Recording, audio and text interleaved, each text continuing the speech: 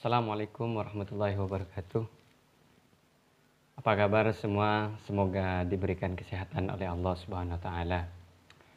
Pada kesempatan kali ini saya akan menjelaskan tentang peran perilaku ekonomi.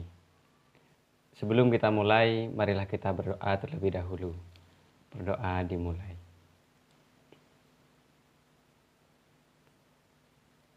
Terima kasih saya sampaikan teman-teman yang saya banggakan.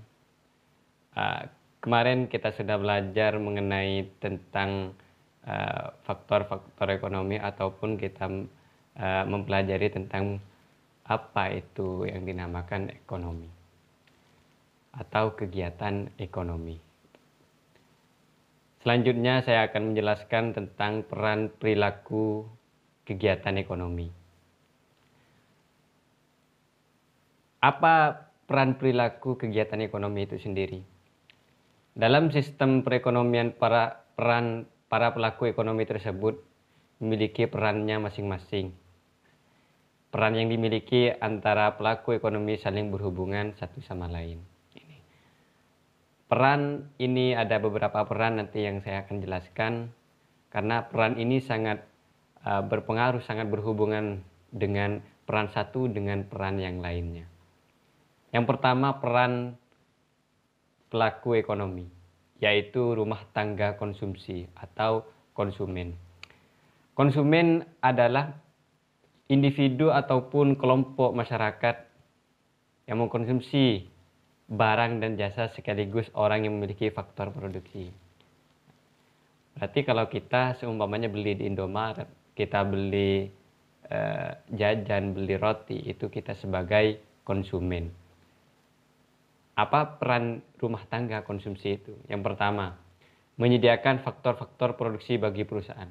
Kadang-kali kita yang mempunyai lahan luas, umpamanya kita mempunyai kebun teh, kita bisa menjadi penyedia faktor-faktor produksi untuk perusahaan dikelola menjadi teh.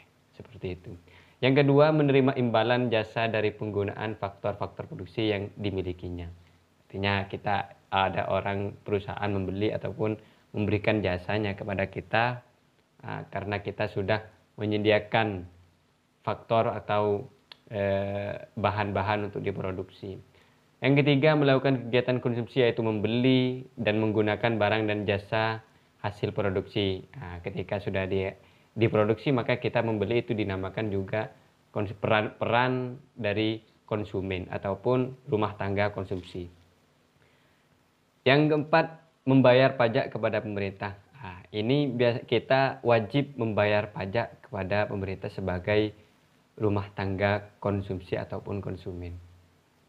Yang kedua, rumah tangga produksi ataupun produsen ataupun bisa perusahaan. Ini adalah perusahaan baik swasta, pemerintah maupun asing yang memproduksi. Intinya rumah tangga produksi ini adalah tempat yang memproduksi suatu bahan untuk konsumen, itu biasanya. Peran rumah tangga konsumsi ini ataupun produsen ataupun perusahaan, yang pertama, membayar imbalan jasa atas penggunaan faktor produksi rumah tangga. Ini memberi imbalan gitu.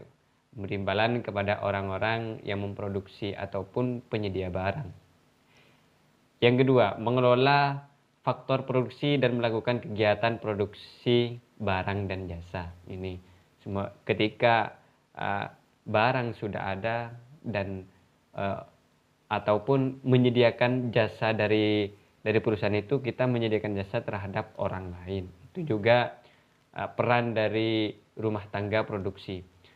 Yang keempat, menjual dan mendistribusikan barang hasil produksi. Setelah kita memproduksi, maka didistribusikanlah kepada konsumen ataupun kepada minimarket ataupun lain sebagainya. Yang keempat, pastinya tetap harus membayar pajak. Semuanya perusahaan itu harus membayar pajak kepada negara. Yang ketiga adalah pemerintah. Pemerintah ini berperan sebagai pelaku ekonomi, yaitu mengatur dan mengawasi kegiatan ekonomi.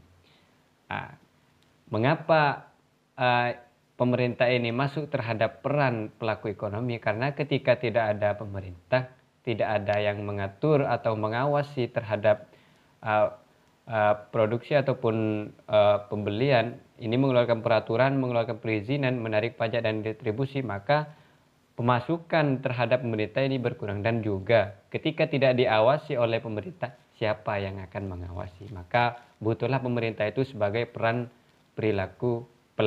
pelaku ekonomi untuk menunjang terhadap perekonomian, seperti itu. Ini perannya. Yang pertama, membeli barang dan jasa untuk keperluan pemerintah. Ini biasanya pemerintah pembelanjaan untuk pemerintah. Yang kedua, menerima pajak dari WP, wajib pajak, badan maupun usaha. Ini pemerintah ini berhak menerima, perusahaan wajib dari perusahaan memberikan pajak terhadap pemerintah. Yang ketiga, menjaga stabilitas ekonomi nasional. Ini agar pengawasan atas kegiatan ekonomi yang ada di Indonesia ataupun di negara ini untuk diawasi agar stabil atas ekonomi nasional. Yang keempat, membuat undang-undang bersama DPR yang berhubungan dengan perekonomian nasional. Tentunya kegiatan ekonomi yang ada di Indonesia ini itu berlandaskan undang-undang yang telah disepakati oleh DPR dan pemerintah. Yang terakhir yaitu adalah masyarakat luar negeri. Mengapa masyarakat luar negeri ini juga termasuk dari peran pelaku ekonomi? Karena setiap negara akan selalu bergantung kepada negara lain. Karena suatu negara tidak akan bisa memenuhi kebutuhannya sendiri. Artinya saling berhubungan terhadap terhadap luar negeri, maka itu juga menguntungkan terhadap Indonesia. Saling berhubungan, saling memenuhi.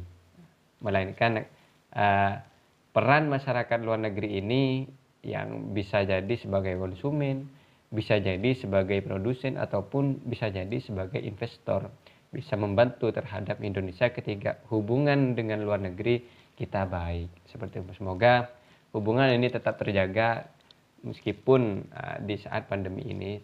Semoga tetap baik hubungan kita terhadap luar negeri agar perekonomian kita semakin meningkat.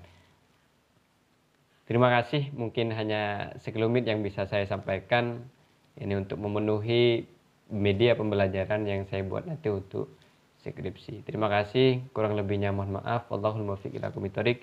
Wassalamualaikum warahmatullahi wabarakatuh.